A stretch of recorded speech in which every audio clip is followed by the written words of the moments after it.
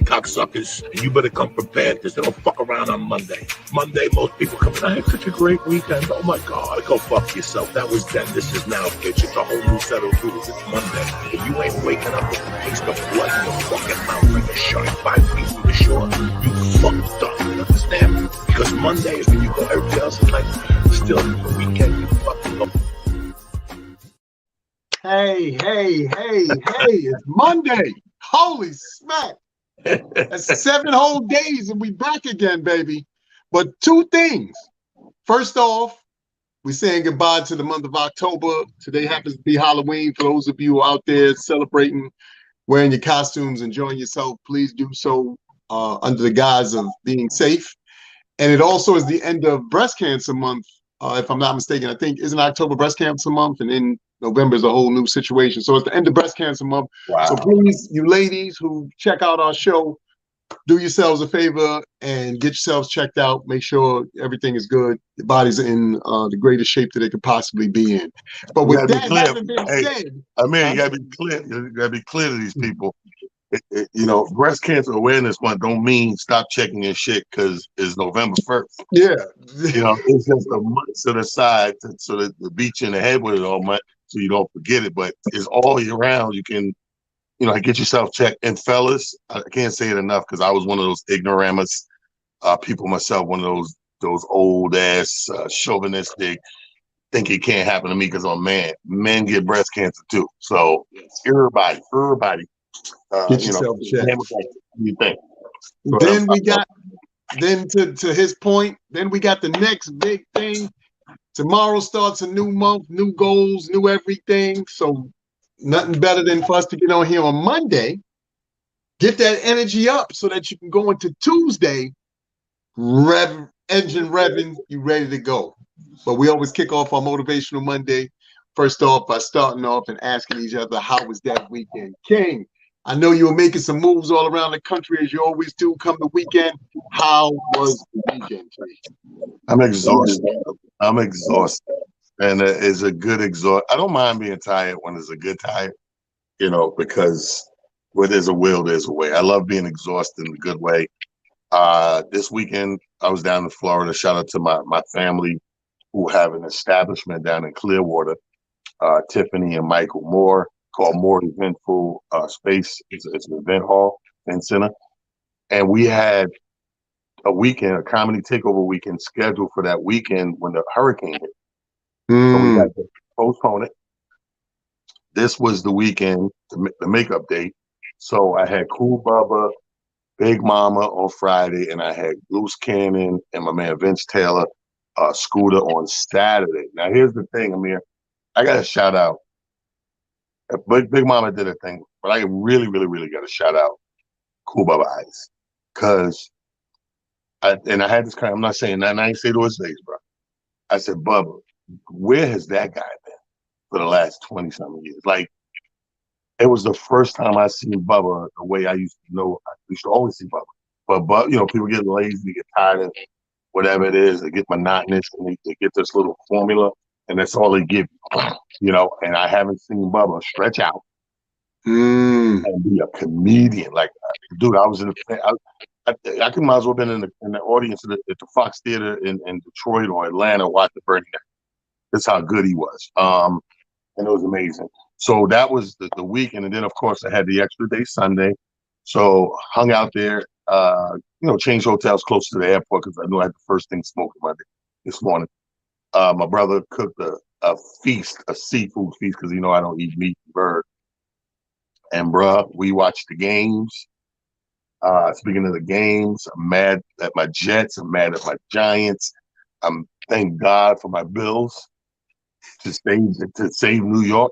You know, see, here's the thing. Now, you New Yorkers, you sports people. This is why I say don't be disrespecting Buffalo and Rochester and all that because, oh, they ain't New York, they upstate. Nigga, they saved us this week. Super fact. A comedian said a funny joke, right? Because there was some people in the house in Florida from Rochester and Buffalo. So my man Vince, he's from Florida. He goes, y'all New York niggas kill me. He said, where y'all from? They said, Rochester, Buffalo. He's like, Buffalo? He said, nigga, that's not. He said, that's not New York. Nigga, you from South Canada. Nigga, I was crying. That nigga said South Canada. Game over, brother. But no, other than us losing, you know, the ironic thing is, other than our two teams losing, I was like an 80, 90 percentile of my football pick. I did very well. I'm looking right now. I would have won a 6-pick ticket, and the only ones that messed us up was the Jets and Giants. Nice. You know, everybody came through and did their thing, but I had a wonderful weekend. I can't complain. My whole time I was missing my dogs. You know, I got this little puppy at the house, so I didn't trust the lead a puppy with the grown dog because they'll fight over it. So shout out to my girl Tina, my man Otis. They babysit the puppy, right? And you know what's the funniest thing in the world? Like non-dog people when they watch the dog. So they keep sending me pictures like, oh my God, we don't want to give him back. Look, he's in love with her, blah, blah, blah. By day 2, the damn puppy was wearing a pamper.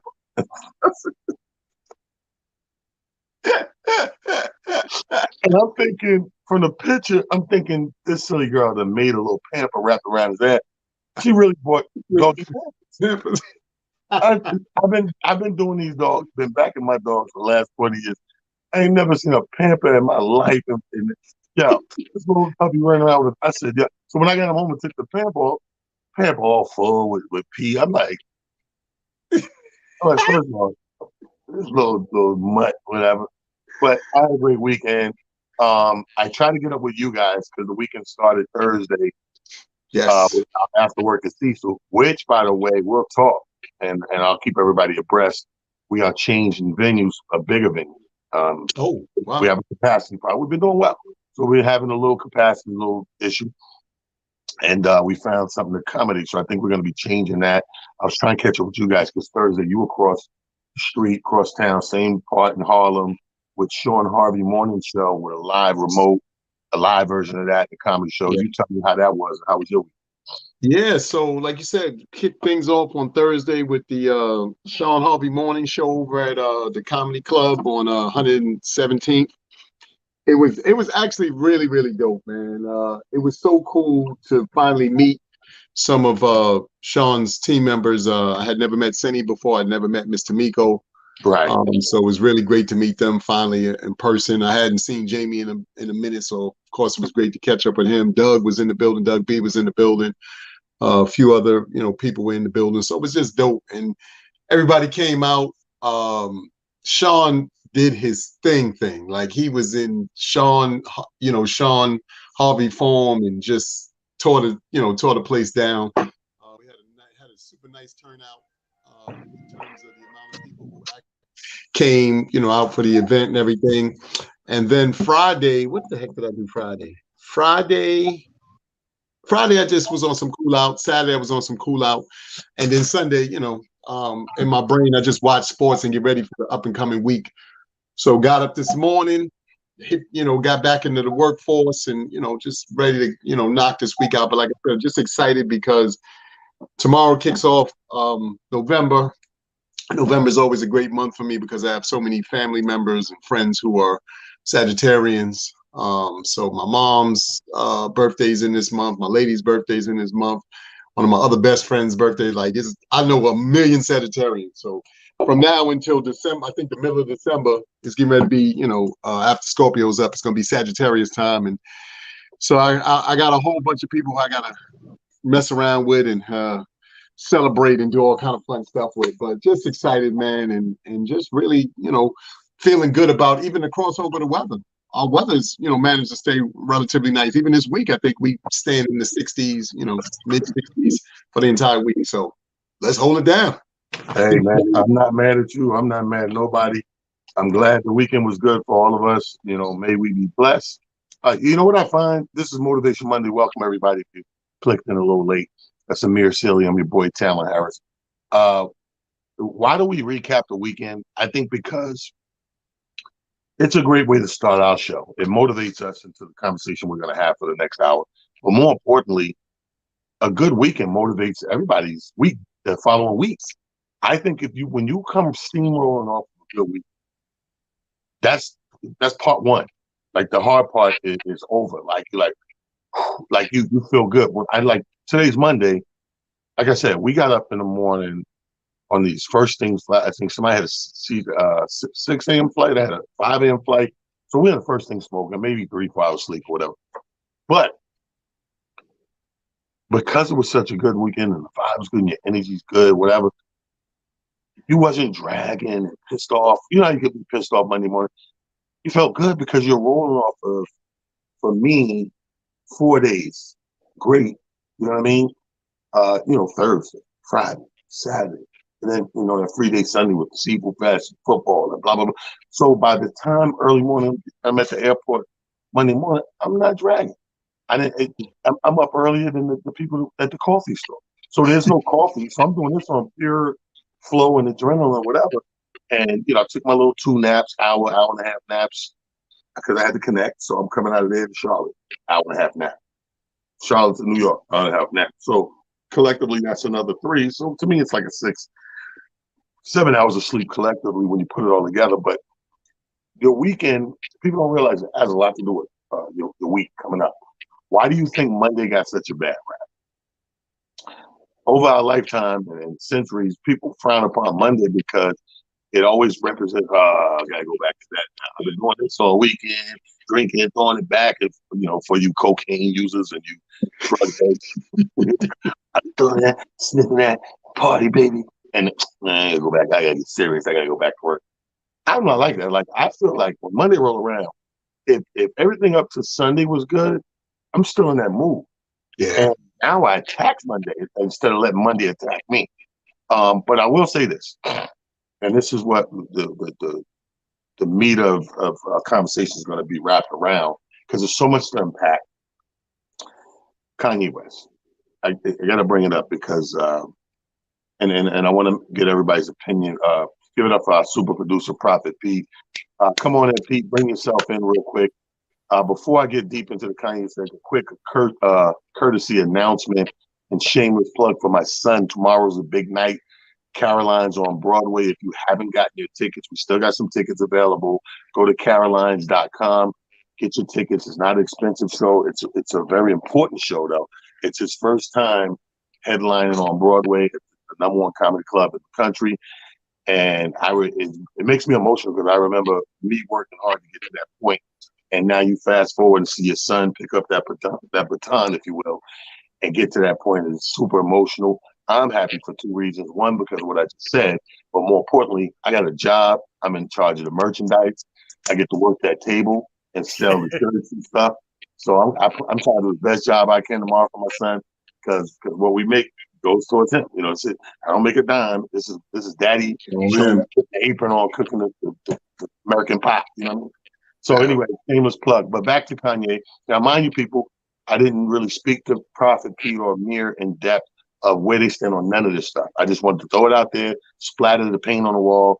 Let's just figure out the artwork of this thing and how we can use it in our own personal situations to maybe motivate us or give us a different way to look at things. Now, with that being said, when I say Kanye, I mean, we're not going to go far and break down his whole life and all that stuff like that. First of all, the show's only an hour. Second of all, here's the thing. I'm one of those guys that got to a point, and I tell people all the time, half the people laugh at me, half the people don't believe me. It don't matter. Musically, I will never argue his genius. Let me just say that first and foremost. I would never, as a music producer, writer, rapper, entertainer, I would never question his genius. He is that. He lives up to the word genius 10-time fold. However, there is something in there going on that causes him to stay in the news and provoke emotion of everybody else. Now, when I tell people after the first 3 albums, I kind of musically checked out with Kanye because he started to go a little left for me personally as a listener and a fan. But I do that. Like I know my mind has its idea of good music, right? And when it's not good music, I check out. It ain't nothing personal. Shit, I did that with hip hop and R&B as a whole. You know what I mean? All this new R&B, I don't really get with it. so at some point I checked out and I got all my other stuff, and to me that's iconic enough. Same thing with hip hop, but with Kanye personally, as a music artist and producer, I've done that. So when he hit the news recently, that's all these things, and we'll unpack it. I got to a point where, you know what, I don't want to have an opinion. I don't want to be bothered with it. It's not my cup of tea. Y'all can have it, because sometimes shit be absurd to me in the news, and I'd be like, I got so much shit I need energy towards. I'm gonna go ahead and block that out. I'm not gonna lie to you. With social media and us being in the World Wide Web, it's impossible to block it all the way out. Because how do you block something out all the way that is constantly being regurgitated and shoved in your face and your ear, down your throat? So a certain way of, they talk about all this algorithm shit, right? All us old jacks, we getting used to what the fuck is the algorithm? Algorithm, sound like the way you drown in a lake. You got caught up in the algorithm. The current took them under the algorithm. So I say that to say it's almost impossible to escape. But here's the thing. As quiet as I've been over the weeks, what's been standing out to me and kind of like being the antagonistic of me talking about this and finding a way to bring it forth from the show, there seems to be some sort of confusion out here. So I'm seeing all these memes and I'm seeing all these things. And let's go back to when Kanye starts to, a lot of people say, they're trying to cancel him and quiet him or whatever. He said some things, right? And he said some derogatory things or some things that we at this stage of the game, especially with Instagram and Twitter and Facebook, we have to understand now. Most of us from the inner city, we can speak with a language that the average person can get lost in. They can, misunderstand what we're saying. Because a perfect example, I put up one day, I told Amir this. Remember I tell you, Mike Neezy's DJing at Salsa Con Fuego one night. And he got his phone up and he's live.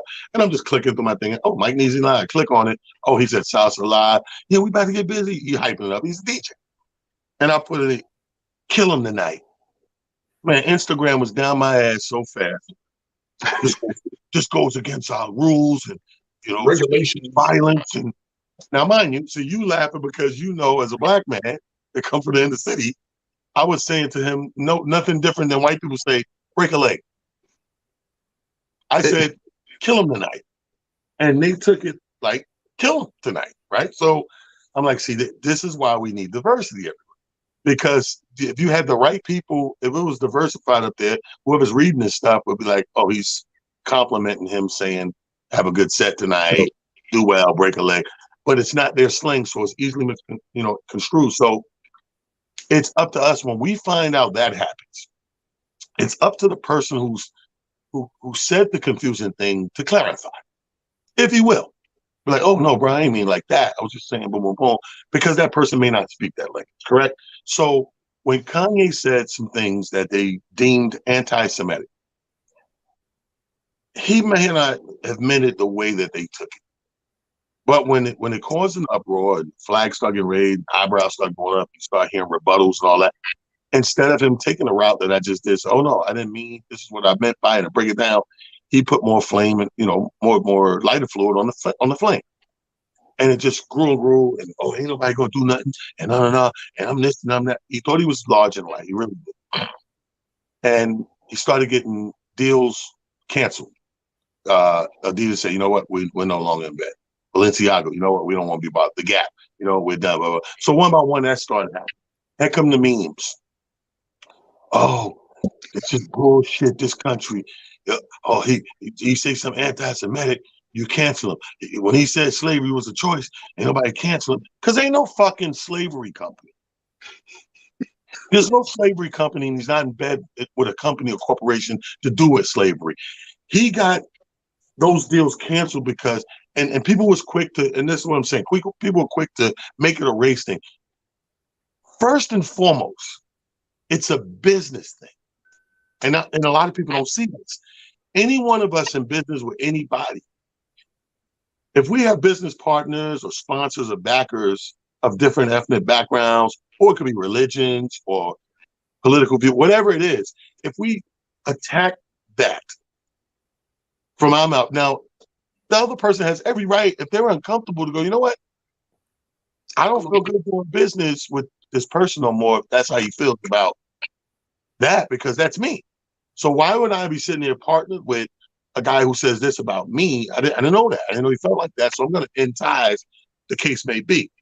I can't do Motivation Monday and Prophet Pete and shit on Prophet Pete on this show every Monday. At some point, Pete, you're going to be like, T, what the fuck is going on every Monday? Every Monday, Prophet Pete ain't shit. Prophet Pete's a fugitive. Prophet Pete got herpes. Prophet Pete, whatever the fuck I'm saying. You're going to be like, yo, bro, why am I in business with a partner that's, derogatory towards me, but no one's looking at it like that, and not our people anyway. Most of our people are trying to pit this racial war of how things are being handled. Oh, because this, that, the third. Okay, nobody's saying racism. We already know the country and the society we live in. But these things, you cannot tell me are not valid, these moves by the business partners and backers and sponsors that you are in bed with. How do you think you're bigger than that? If you are worth $1 billion because of your deal with Adidas, you don't own Adidas. You have a deal with Adidas.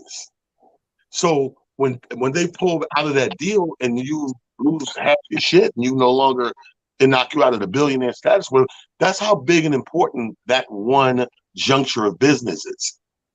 I want to say it like this because this holds people back. I've seen it. We're talking about Kanye, but I've seen this hold people back all the time, that when something don't go their way at the job, with a close friend or business contact, a partner, an entrepreneurship that they're starting up, they quick to go to what may be the problem racially without thinking about what may be the problem financially and business-wise.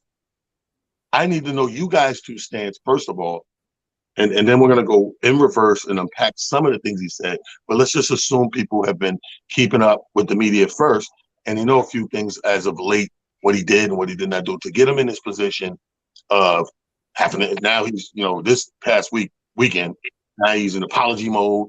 Then he comes after the apology, say some other shit.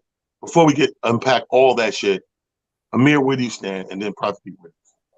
Well, to be honest with you, the funny thing with me is at first I was a little, like you said, taken by the whole situation and how it was unfolding and what was being said and the things that went along with it. And then I started to realize that, fortunately, unfortunately, to a point that you made when you broke down this whole thing, we're also living in a moment in a time where they break down things into frames, almost like when we put up on our stories, how you can put up 17,000 things and each story, take a couple of, take bits of your life and be up.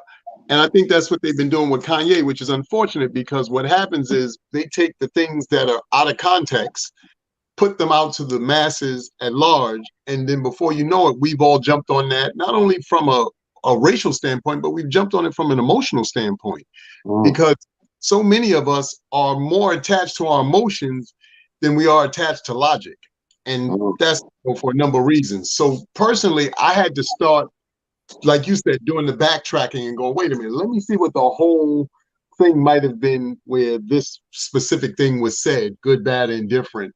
And then after I understand the whole context of the actual statement, now I can look at it hopefully with a calmer spirit and a more critical, from a more critical standpoint. So for me personally, I backed off. In the beginning, I thought it was craziness and all this stuff, but now I'm starting to see, first and foremost, the man did say some things that were quite valid.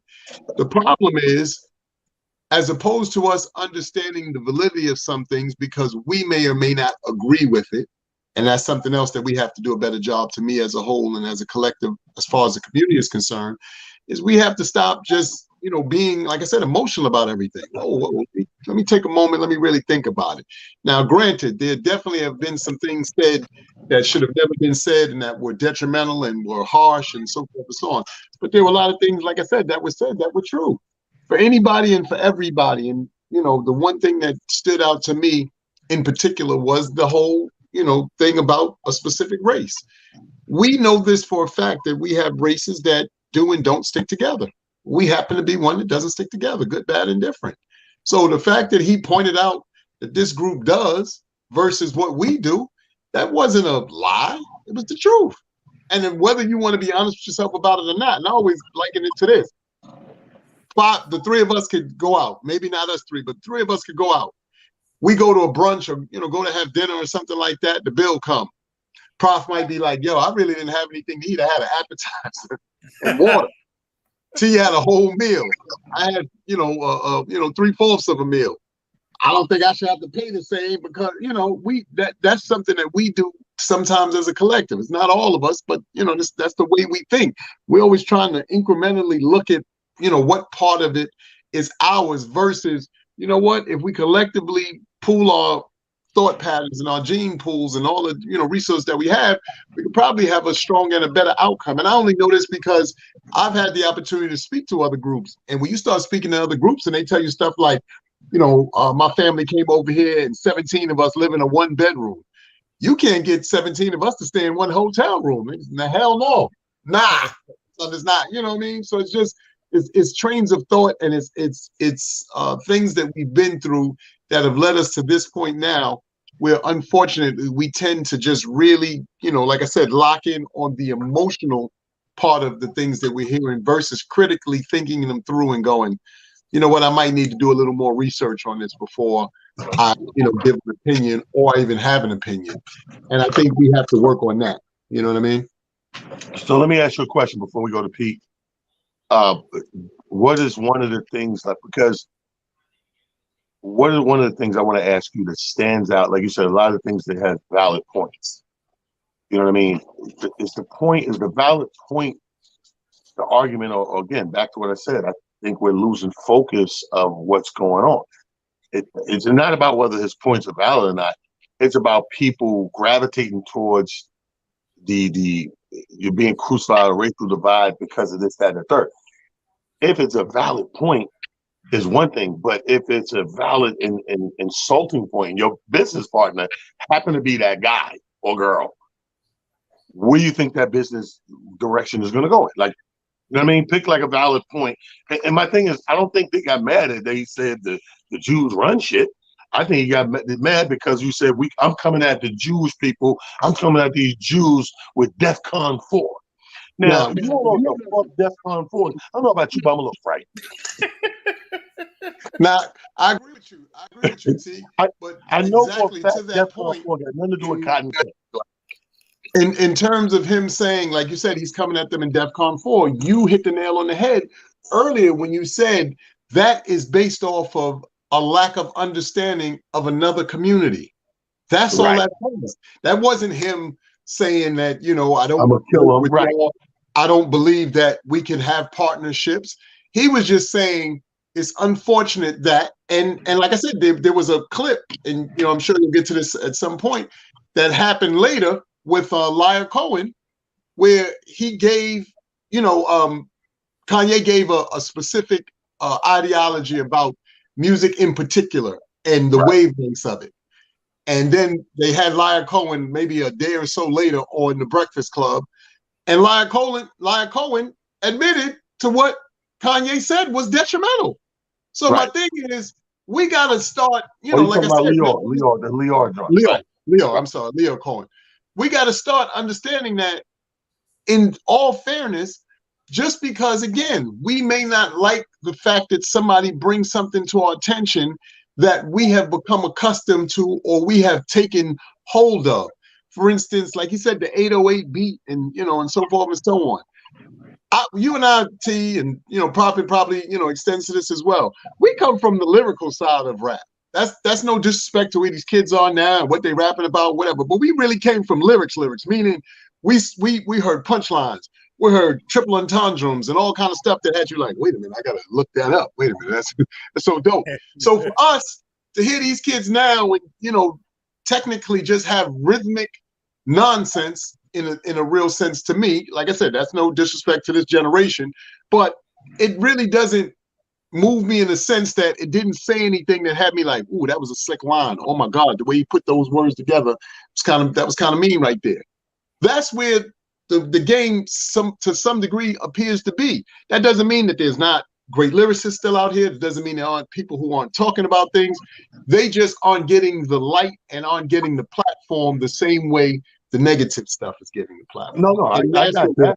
But my thing is, so like we agree that there's validity to a lot of the points. But again, I go back to the business side of it. You can't just go off of what is and stand on that when you're doing business with said people. Perfect example. You partner up with some random white guy and you want to come out with, remember your brother had the ties? Ties, yeah. On the ties.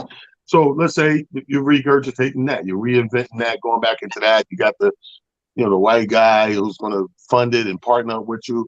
And then you put, you're caught somewhere saying this, but none of it's a lie. And you're like, yeah, my partner, Vinny, and because of the generation we came up in, the derogatory say, oh, Vinny's a faggot. And Vinny's a good dude, but a big ass faggot, come in, with his boyfriends and check out the ties. And they want all these colors and designs. Now, Vinny might happen to be a gay man. So there's validity to what the fuck you're saying at that moment in time. You might be saying it in a more derogatory way because of the era you grew up in. Y'all used to saying faggots all loud and all that. And we're in a different time now, whatever. Vinny hears the tape or sees the tape after the fact.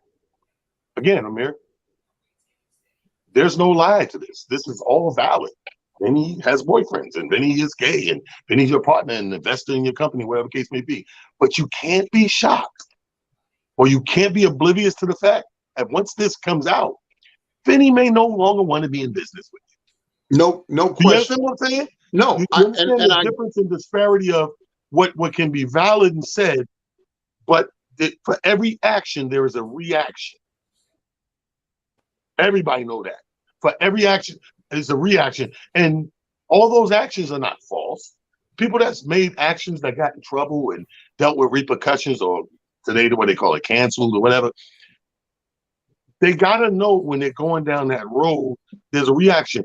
And if you're ready for the reaction, so be it. I've done shit, and knowing that when I say and do shit, I know what's coming back at me. And I'm ready for the smoke. You know how they say today, I'm ready for what smoke. Give me bring all the smoke. But I'm not no motherfucking gangster by no means. Do I know who I can beat and can't beat? But I know when I say something, the reason I said it because, what you just said, I'm not lying, right? I'm telling the truth. And more importantly, I already know when the people hear this, I'm going to get those calls, we're going to get approached, and I'm cool with the repercussions.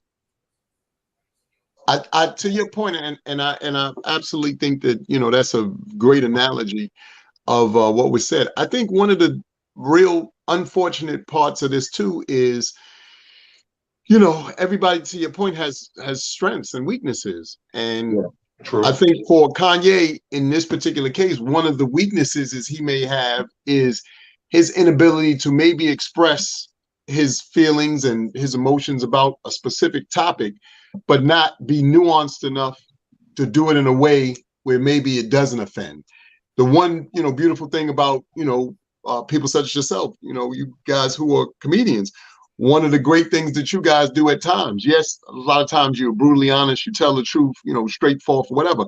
But there are a number of you guys who have nuances to the way that you tell the truth, at which point it doesn't sting as much.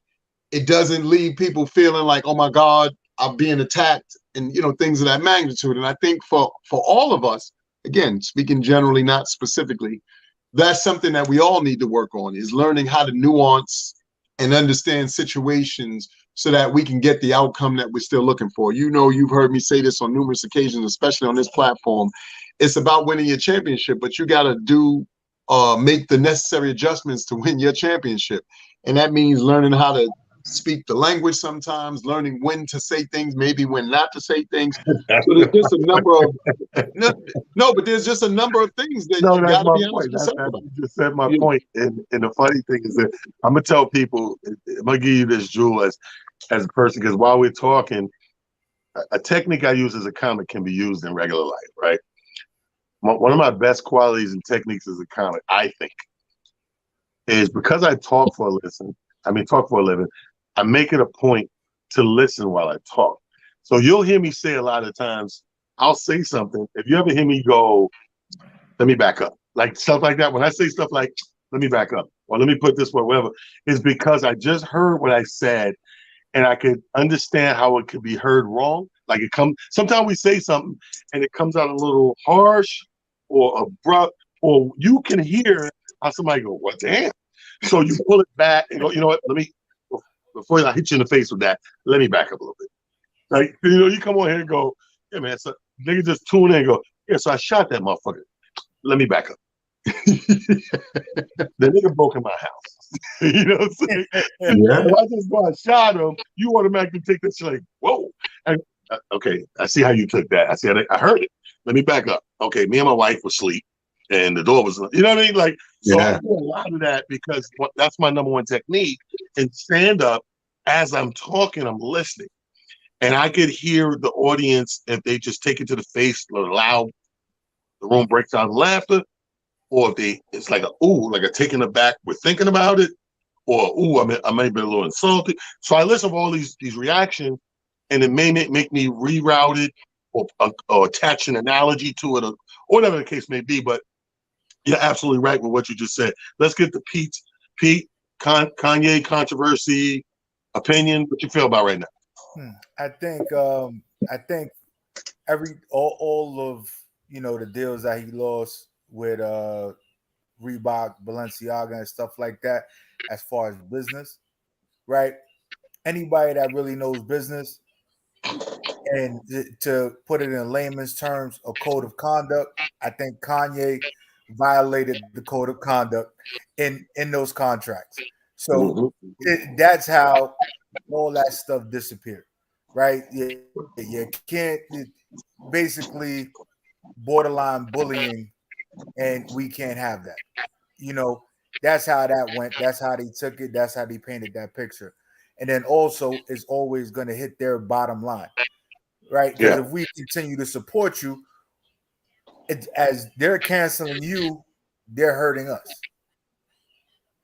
And we can't have that. You may be a billionaire, but boy, we can tell you our money's a lot longer than yours. And right, that's that lesson they teach. Right. And I don't look at it as racism. I look at it as classism, right? Because to me, it's more like classism. It's not racism. It's my money's longer than yours. What's up? Like, yeah, I'm not going to sit here with my money. You think I'm going to pay you to talk shit about me? Like we just this year. Let me give you an example. I'm glad you hit that nail on that. We just ended a business relationship in Harrisburg, Pennsylvania, with a certain club. And it's a true story. Again, this is something I'm saying that I know that I may get repercussions, but fuck it, it's true. And this is us working in reverse of Kanye's situation. We know this is a white-owned club. We know we're in the state of Pennsylvania. If nobody's ever dealt with a lot of Caucasians and business people in the state of Pennsylvania outside of Philadelphia, it gets real itchy and sketchy. It gets real. Parts of Pennsylvania could feel like you're in Alabama, put it that way. So we had I want to say Faison Love was booked. Big Worm from Friday. He was booked to headline my show. And a few days before, maybe the week before, he had a conflict of interest, and it was his second time canceling us, maybe third. And the promoters, my partners, were like, "Dude, fuck this dude, man, blah blah blah. But what are we gonna do?" So it was at the same time, same week, I had to work in Buffalo because of that mass shooting. DL put together a show with a bunch of us to raise money for those families. So packed out the Shays Theater in Buffalo. Shout out to Cedric Entertainer, DL, Don DC Curry, Who else? Miss Tony Roberts, myself, another young lady came from the West. I mean, it was a bunch of comedians. It was a great concert. So I'm in there, moving and shaking and rubbing elbows and trying to get a favor because I know I need somebody to sub in that the people will be cool with seeing because Faison's not going to make it as a headline. End up getting Don DC Curry to do it. Now, the order of this, this is coming in a few days. I'm going to fly Don in. He's going to take that spot, and it's going to help promote the next show, which is DL Hughley. We've been working with this club for about 4 years. Every month, called Weekend Wednesday. First of all, it's Wednesday. You ain't got shit going on in this club. We're making you money hand over fist, and we're paying a rental fee. It's not like you're giving us the club. We're paying your rental fee, and you're making a shitload of money on food and drink, or drink really, alcohol through the roof. So it's a win-win-win-win-win for this white-owned establishment. Don DC Curry, who's very woke as a comic, he's hilarious. He's always been hilarious, but he writes around real shit.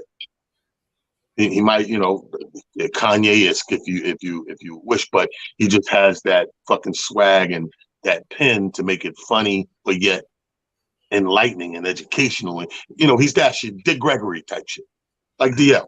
So he goes up for his 45 minutes or an hour, and he's doing his thing. He's having a great set, whatever, and he closes on this one bit where he talks about the president, kills and makes him laugh when they said the president's flying out to somewhere. He said, you ever notice the president's always flying out when a hurricane hit here, and a tsunami hit here, and a tornado over here. And he said, but where's the flying out when? And he goes breaking down all of the people we lost, the Breonna Taylors and all that shit. So he goes to breaking all it down, but he's fucking making it in a joke bit that's funny. The end of the show, everybody's happy except for the club management. They're like, hey, man, the club management looking for you. They want to talk to you. So the promoter's like, he don't want to talk to him alone. He's already know he's going to be some bullshit. You come talk to him. So I go in there, and basically in a short amount of time and a little bit of word, like, he was like, yeah, man, that's crazy, man. The guy can't be saying this, can't be saying that, whatever. And I'm looking at him like, and don't get me wrong, I'm like everybody else, all for freedom of speech, but I draw the line when it becomes hateful speech. I think freedom of speech, up until you rallying niggas to kill niggas, that's where I draw the line, right? And he didn't do that. He told a bit and a joke, and I'm like, bro. He's like, yeah, we got to kind of tame that. Basically, I'm paraphrasing, but he's like, we got to kind of tame that, blah, blah, blah. And I looked at him and said, to the point of, I said, tame it. I said, the man is talking his truth. You know what I mean? And more importantly, we got DL next month. What the fuck you think DL gonna do? DL is our Dick Gregory of right now. You know what I mean? So I'm like, I don't know if like you talking about where you going with this, but in my mind of business, I'm saying to myself, it's really dumb for this guy to approach me with this because of one main reason. This show is put on, not that we exclude any other people, but it's really put on for these minorities in this area. Small areas. These black folks that live down here. We're not booking white headliners because that's not who's supporting us. Who's supporting us and coming out is the constituency of people that we are giving them the people they know and want to see live, right? So sure enough, my fucking spidey sense was tingling. And the next week they had a meeting. And in the meeting, motherfucker had printed out a list of shit they no longer wanted us to say or talk about, right? Wow. Y'all can't talk politics. This is, and sad to say this is how a lot of white people look at black people. They don't think we can talk valid politics. They just think we're incapable. So the guy's like, you can't do politics, this, that, the third, Black Lives Matter, all this stuff right here. And we just looked at each other and looked at him and was like, absolutely not. We're not signing that dumb shit. Like, that's what we are, black. Do you not know we're black? Do you not know we're bringing black people because they're black? Like, this show ain't for you. This is your club. We pay you the fee you asked for. We go by the rules and regulations. You make your money, blah, blah, blah. And that's it. We're in business together. So instead of being like a Kanye, y'all can't do this, we stepped off. We don't want to do business with you because you said these things to us. we're gonna find another place to do this. You know what I mean? And we did. We went. We found a theater. We stepped off. Instead of DL being in this place with which hold 400 or 500 people, we took them to the theater and put 1,000 in it. So it ended up working twofold for us and doubling up on what we normally do. But we did what was happening to Kanye in reverse because of what I said in the beginning. If somebody violates you and you're sitting there as a partner, you can't expect the people to not, react to that and be repercussions. And in our case, it's like, we don't want to work with you. The way you're thinking right now, you're Jim Crowing it.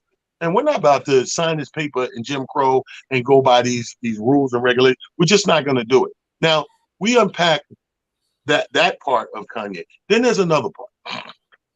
There's the part where you say some stuff that you know is going to affect the Black community. And he questioned, which was, I don't know, you could call it what you want and look at it how you want. But when you question that maybe the knee and the neck didn't kill George Floyd, stuff like slavery was a choice, right? You make Black people scratch their head like, yo, what the? Dude, you sound crazy right now. Like, so George Floyd, the knee wasn't really on him like that. It was, if you look at it, it was light and whatever. So here's and guys, I may be wrong in this part. I'll say that disclaimer. I have zero sympathy for the podium people. And let me tell you what I mean by that. This society has retrained everyone for fear of being canceled when they say something to pull out the podium and here come your apology. I don't believe they're legit apologies. I believe you said what you felt, right? And like Amir said, I might say some shit you don't like, but it's valid and blah, blah, blah. So when people turn around because somebody reprimanded them, smacked their hand or took some money or in some deal or cancel them a little bit and pull out that podium, I have zero sympathy and belief in that podium. I believe you spoke with how you really felt. And this podium is an attempt to stop the bleeding, if you will, and get the check cut again and all that stuff. So I don't really believe it. So he comes right behind that and says, thank God for humbling me. And I hurt my people in the community when I said what I said about George Floyd, blah, blah, blah. And then 24 hours after the apology, came back and addressed the baby mother of George Floyd again with some weird total another angle of it that got you scratching your head again. So now when it comes down to that, those type of things being said, Amir, like, where do you go with that? How do you unpack that as a Black man? A couple of things. First off, I do think that in particular, Kanye probably does suffer from some form of bipolar or some sort of mental, instability. Right. Instability, to say the least. With that having been said, I think, and this probably goes for all of us. I also think that it's unfortunate in Kanye's case that he may or may not have anybody on his team that he can bounce things off of. Once you get to a certain point in your life, hopefully you've established relationships, friendships, whatever, ships you want to call them, where you can speak to somebody and maybe share something that you think and or believe and allow them to listen to it and then give you positive and constructive feedback about what you might be saying, so that if you do decide to go forward with it, you have other perspectives and things to think about going, maybe I didn't look at it from this standpoint, or maybe I shouldn't, again, say it in this specific way, because like you said, if I'm listening to myself, it could offend, it could, put somebody or be off-putting to somebody. Then there's just the fact that I think also in his case, and this, tends to happen for some, when you get a taste of, I guess, what they call celebrity. Like I said, I can't say with any uncertainty because I haven't been a celebrity like that, or at least on the level he is.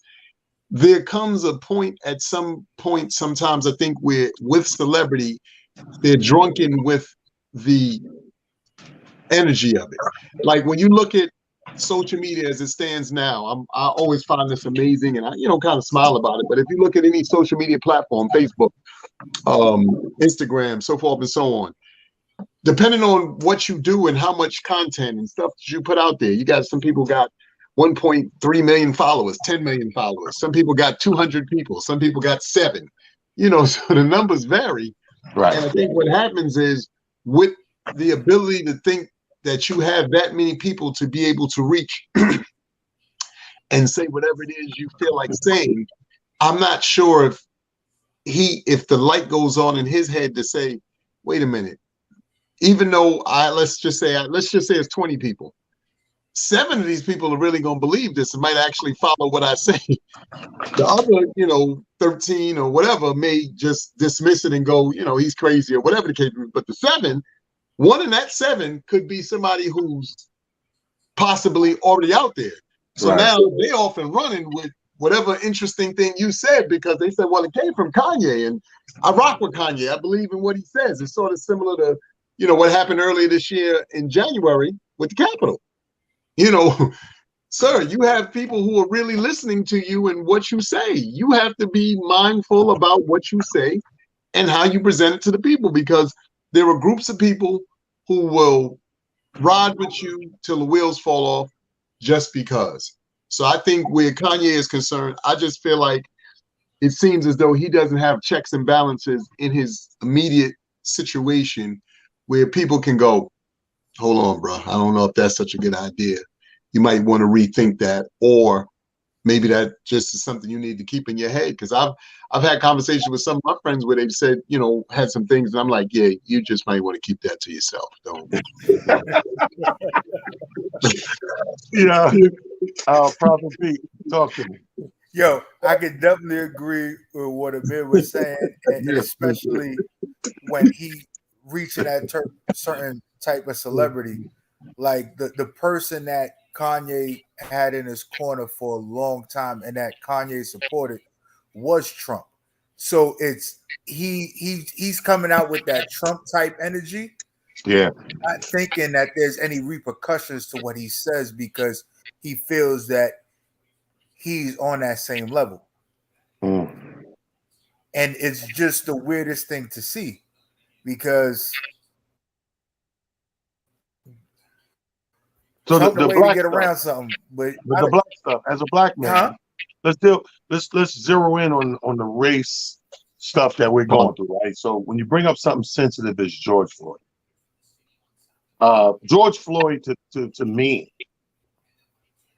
is one of the closest things we have to, in our generation, watching as an Emmett Till. The only difference being, Emmett Till was something done in the dark, brought to the light, and George Floyd, we watched this shit.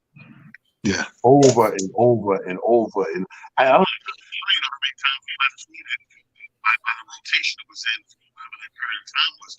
But that's the only difference. So as a black man, and when another black man, somebody like Amir said, somebody's listening to this motherfucker, somebody's fucking with you to that extent and following you, and this is the spew, that you're gonna put out, and keep in mind, this is very sensitive and touchy to your people. How it make you feel? Yeah, that right there, just hearing it, I was like, there is no way you can find another excuse. That when we watched the video of that incident with George Floyd, they emphasized the amount of pressure that was on his neck, how the officer was clenching down and applying extra pressure with his hand in his pocket. Look, I don't know if anybody else had a knee on their neck by somebody, but I know what that looked like and feel like. So you can't tell me that that's not what was happening. Right. I mean, so it's unfortunate. And here's my thing.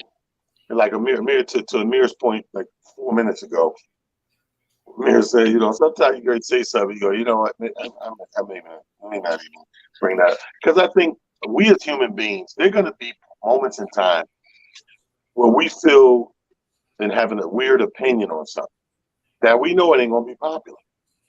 And like to Amir's point, I can bring up some times of my time where I get ready to put that joint out, and I go, in that last second, my mind goes, nigga, they gonna kill it. If you say it, they're gonna kill you. So even for the risk of like as being a comedian, I have a couple of risque jokes with words that we're quote unquote not supposed to fuck with anymore. And I feel like never tell a comedian what he can't fuck with, because then you're gonna make him fuck with you. Like you better off not mentioning it and hope keep your fingers crossed. He might not even be thinking about it. But if you bring it up to not talk about it, you're basically telling him, I dare you to talk about it. And a real comedian is gonna fucking take the challenge. You know what I mean? Like the F bomb, right? Not fuck you. The F bomb of faggot. I grew up in a time where that's what we said. You know what I mean? Now in retro, where we're trying to clean our mess up a lot. And I get it. Okay, a lot of you guys may think it's hurtful, whatever the case may be.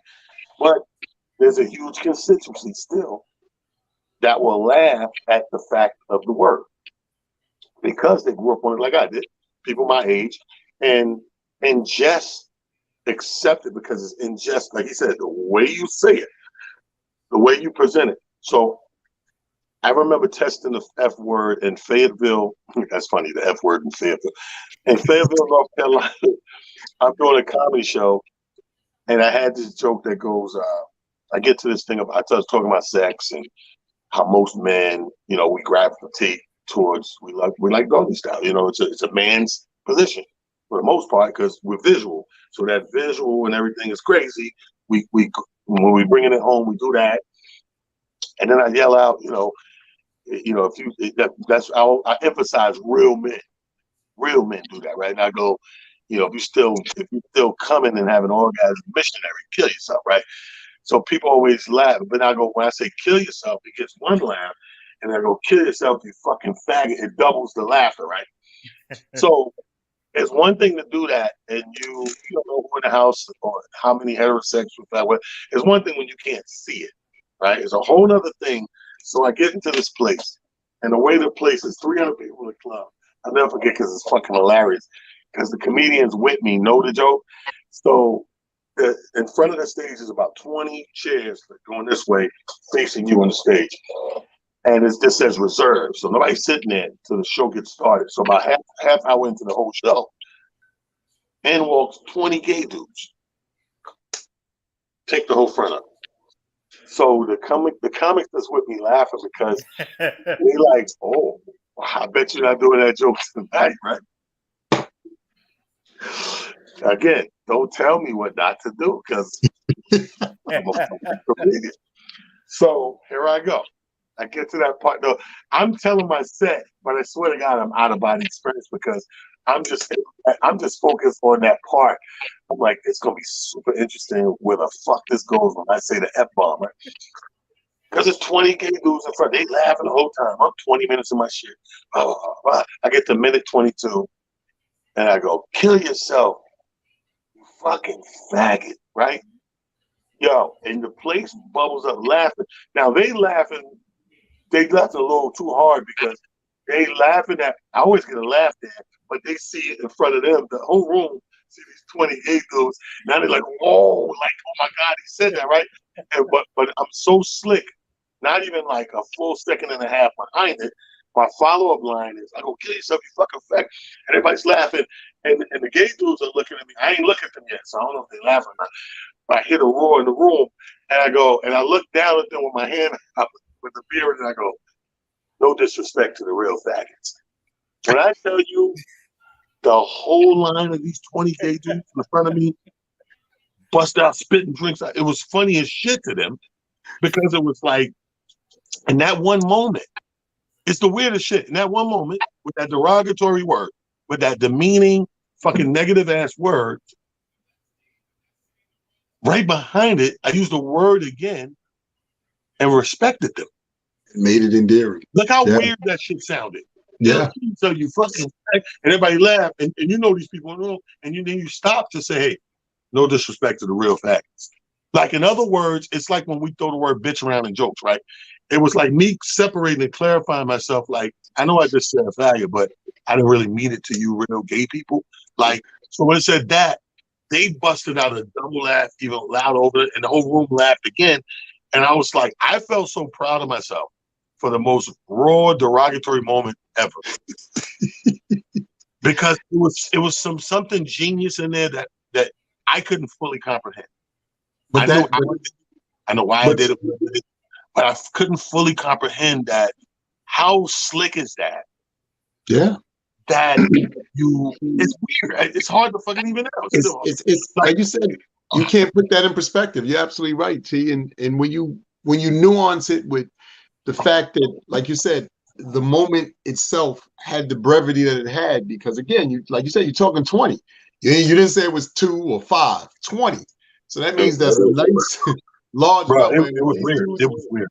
You know what I mean? So nah, I agree with you. That's But dope. yeah, I still like to say, like, we're gonna have these moments. And when Amir said that, shit, I was like, ding, ding, ding, ding, like bell in the head. Like, we're human, and I don't ever want people to get to the point where they disassociate. This is a human dude. I agree with Amir.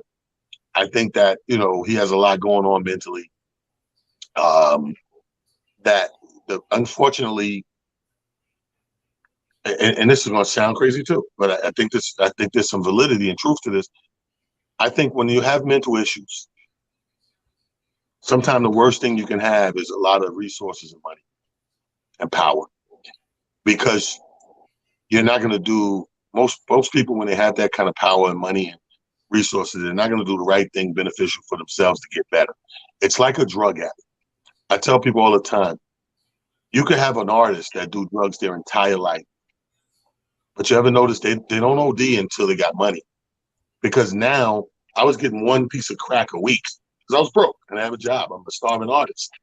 But the minute I became this platinum artist with all these open doors, power, and resources and connects, and more importantly than money, I was able to get as high as any moment of the day that I wanted to, hence the drug overdoses. We could sit here right now and do another hour show on every artist or influential or affluential person who OD from the top, from Mike Jackson to Prince to Whitney to everybody. Like our biggest icons that we can hang our hats on. Why? Because they have more and more access to it. So the more power I get, the more money I get, the more it does make me feel right. And the more it does make me feel like I don't need help. And I'm just going to keep moving my way. And like Amir said, the most deadly part of that is behind the money is the followers. If I got a constituency and I affect a group of people that'll say, yeah, yeah. Why do you think we always say, people that we say that lose it, they got a bunch of yes men around. Yeah. You need people around you to check you. I don't care you're the person that's paying everybody. I don't care you're the millionaire, billionaire. I don't care. You need some people around you that ain't afraid to say, yeah, what the fuck are you doing right now? Nah, fuck that. Get these bitches. What the fuck is you doing? Get the fuck out of this club. Yeah. No, you do. And then when they become sober and get some coffee the next day and get in their right mind and they got a moment of clarity to come, yo, man, we was wild. I'm glad you got me out of there, man, because I was about to boom, boom, boom, or man, da da da da. It's a perfect example of when I see that ignorant shit come around me, bro, and I see the forest through the trees. I'm not playing those games no more. I'm not hanging around. I'm not seeing how much of the antagonist I can take. I'm not, okay, I got the security. They'll keep them at bay. No, I'm just leaving. I'm just going to another place where that don't exist, because I would do it in any other instance. If I'm with Amir and I see the bullshit coming to Amir and I go, yo, Amir, you might want to get out of there, man. Boom, boom, boom. Amir go, ain't but so much. I'm going to keep saying it and keep trying. If I fail, I might have to remove myself because I think something's going to happen and I'm not going to stay here and let it happen. I done told my man 10 times, bro. I went to the men's room. They plotting on you in there. I went to get a drink. They plotting on you at the bar. I put a request in, said, what's up, my man DJing? They plotting over. Dude, get the fuck out. Yeah. Yeah. You're right, T. That's it. And again, that's why I said, the interesting thing, and this is one of the last things I'll say about the Kanye thing too, is I said this, in my head, but I'm saying it here on this platform. Right now, we're all also, like I said, emotionally attached to this for, various reasons. Like you said, could be racial, could be class, whatever. Kanye in 20, 30 years is going to look like a genius behind a lot of this. And I only say that because we felt the same way when Muhammad Ali stood up and said, "Hey, A, B, C, and D." We thought that he was out of his head, and why would you say that? And this is a war, and this and that and the third. I just recently watched a clip where they showed Muhammad Ali where he sat in front of a whatever them things are, where they have the governmental dudes, and he was like, "I'm not apologizing to I'm not apologizing." He said, "I'm apologizing because of what I said to the media." He said, "But I'm not apologizing for what I said." He said, "Because what I said is the truth." And I think that sometimes, like I said, we don't want to hear the truth because we're safe and secure in our situations. And it's like, for me, one of the things that upset me with this, in the same breath that we had everybody coming down on Kanye, I started seeing certain artists. I'm not going to name them, but I started seeing certain artists. I'm okay with the Jew, with my Jewish partners and this and that and the third. Son, let's not tap dance. Let's not do that. Let's not do that. Please, we got to stop that because they don't do that. When they tired of you, they tired of you. They don't come back and go, well, I'm still rock with Amir and Prophet, but I don't really rock with T so much anymore. When they get rid of one of us, they get rid of all of us. So we got to stop doing that. I like. And I like I said, I'm not, you know my stance comes with a little bit of indifference because of, again, my background and, what I've managed to see firsthand and what I've managed to now put together older and listening to what my mom has, shared with me, really as to what some of the things that happened during that process. Now, I say this, kindly because people, like I said, in jest say to me, well, Amir, you can't feel like that. When people can firebomb your house and they try to do harm to you, the same people who you stood shoulder to shoulder with, the same people who you tried to change the world with, come on, y'all. We got some people always within the circle that you got to look at a little sideways. Always. So that's why I said we got to use critical thinking at all times. We can't just use it when it's conducive. That you got to use critical thinking as much as possible and in as many situations as possible. That's what's going to get you through. That's what's going to always keep you motivated. That's what's always going to put you in a space and in a position to get the outcome, like I said, which you're always trying to look to get, which is hopefully one that's positive and one that's moving you forward. Because anything that's dragging you back, I don't know if y'all heard this, but they said in I think 5 states, they're trying to reverse the whole ideology of people who are in the prison system and slavery. That's like on the ballot, coming up in this election or whatever. So y'all don't be fooled with the Kanye stuff. They got you worried about Kanye. Meanwhile, they're trying to drag certain states back into slavery. You want to be worried about Kanye? Or you want to be worried about this foolishness that they got going on? That's what I'm saying. A lot of it, a lot to unpack, T. This is why I love this daggone show. Even inadvertently, that's the jewel of the goddamn day. I know we at the end of the show, but inadvertently, that's the jewel of the day. Right? Don't get caught up. See, niggas always worry about the wrong shit. You worry about Kanye. You got all these things on the ballot. People don't pay attention to what's on the ballot. But more importantly, what's fucking me up, Netflix gonna start charging us for the people on our account already. So I don't know if y'all paying attention to this. Like, see, I'm a fucking watcher. So as a watcher, this some slick shit that's about to they smoothly. The motherfuckers ain't paying attention. Anybody that got Netflix, you get up to 5 profiles. We got the good shit, right? So I got my son, my daughter, Quincy, me, and it's my other daughter. There's 5 of us on the shit. So they sending out they got slick because somebody the article went under the radar. So somebody said, "Hey, did you hear? Starting next year, Netflix is gonna charge you for the profiles that's on the profile." I'm like, "What?" It was like, "Yeah." So Netflix sends you an email, like literally 3 days after I heard this shit. But the way they word it in their email is like, "Hey, we're gonna be uniquely creating sub profiles." Right? Sub profiles of your profile.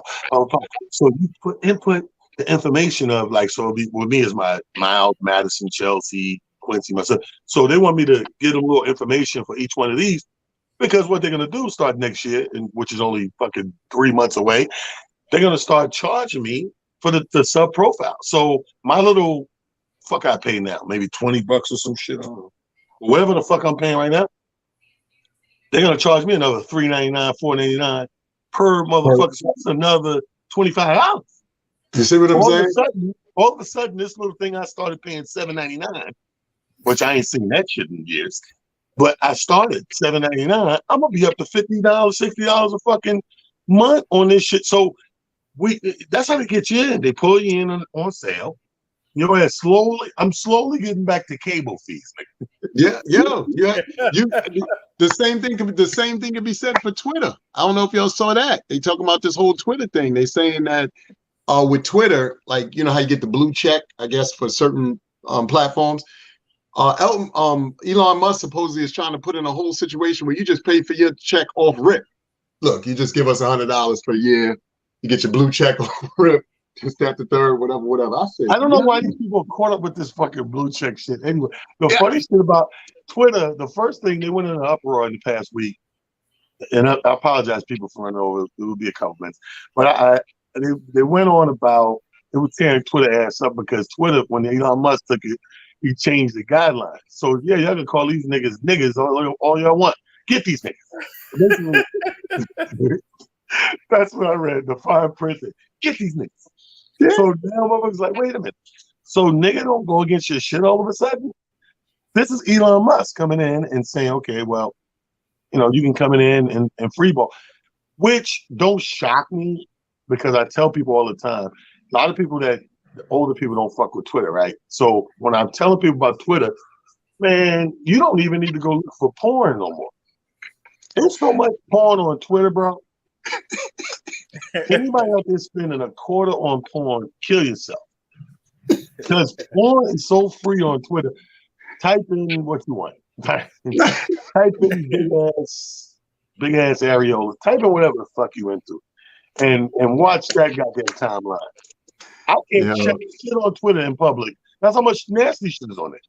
It's amazing. Again, that's what I'm saying. We really don't understand that a lot of what we're seeing and experiencing are distractions, again, to keep us away from the real things that are starting to come down the pike and that will really, you know, have an effect on our lives. But I just, you know, again, I encourage everybody, you right, T.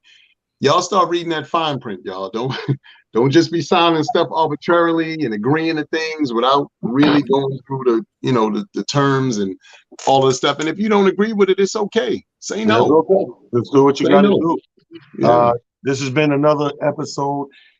We just wanted to dissect and unpack some stuff with Kanye because I feel like that happens in everybody's lives. I mean, we're talking about Kanye, but read between the lines and apply it to yourself and your daily going-ons and all that. And I want to thank our super producer, Prophet P, sitting in with us, being a soundboard to bounce off of as well. That's Amir Sealy. I'm your boy, Talent Harris. It's Motivation Monday. And more importantly, it's Talent Harris Jr. Eve at Caroline's on Broadway tomorrow, 7 o'clock show. Come meet the mom. I mean, y'all know me, but come meet the mom. Come meet the beautiful black woman that brought the boy forth. Yes. It was her eggs. Of course, it was my super sperm, but it was her eggs that put it all together. That welcomed my super Thor. What's the name of the planet Thor? Asgard. Asgard. It was my Asgardian. I hate when I laugh before I get the shit finished. Because it's gonna be real funny. It's right there with my ass. Anyway, come out, meet the fam, pick up some merch. I'm working the merch table for them. Take a souvenir, do what you got to do. It's a 7 o'clock show, people. Get there half hour, 45 minutes before, and enjoy yourself. And we're gonna watch this young man and see what he got. Even me, as a father, have not seen his boy do 40, 45 minutes. So it's going to be very interesting and new to me as well. Hope to see you down at Caroline's on Broadway, which is located at 50th and Broadway, right in the corner. I understand the scaffold's down, so you can see the beautiful signage now. His posters out there. I'm going to take a picture. Oh, it's going to be an epic day, and it's going down tomorrow at Caroline's on Broadway. This is Motivational Moment. That's your super producer, Prophet Pete, on Motivation Monday. That's Amir Sealy, the jewel dropper, a.k.a. the jeweler, a.k.a. he know more than all of us. And I am Talent Harris, a.k.a. the Captain Special Ed. We'll see y'all next Monday. Love you, and nothing you can do about it. Peace, y'all. Peace. It's Monday, cocksuckers, and you better come prepared because they don't fuck around on Monday. Monday, most people come in. I had such a great weekend. Oh my God, go fuck yourself. That was then. This is now, bitch. It's a whole new set of rules. It's Monday. If you ain't waking up with the taste of blood in your fucking mouth like a shark 5 feet from the shore, you fucked up. You understand? Because Monday is when you go, everybody else is like, still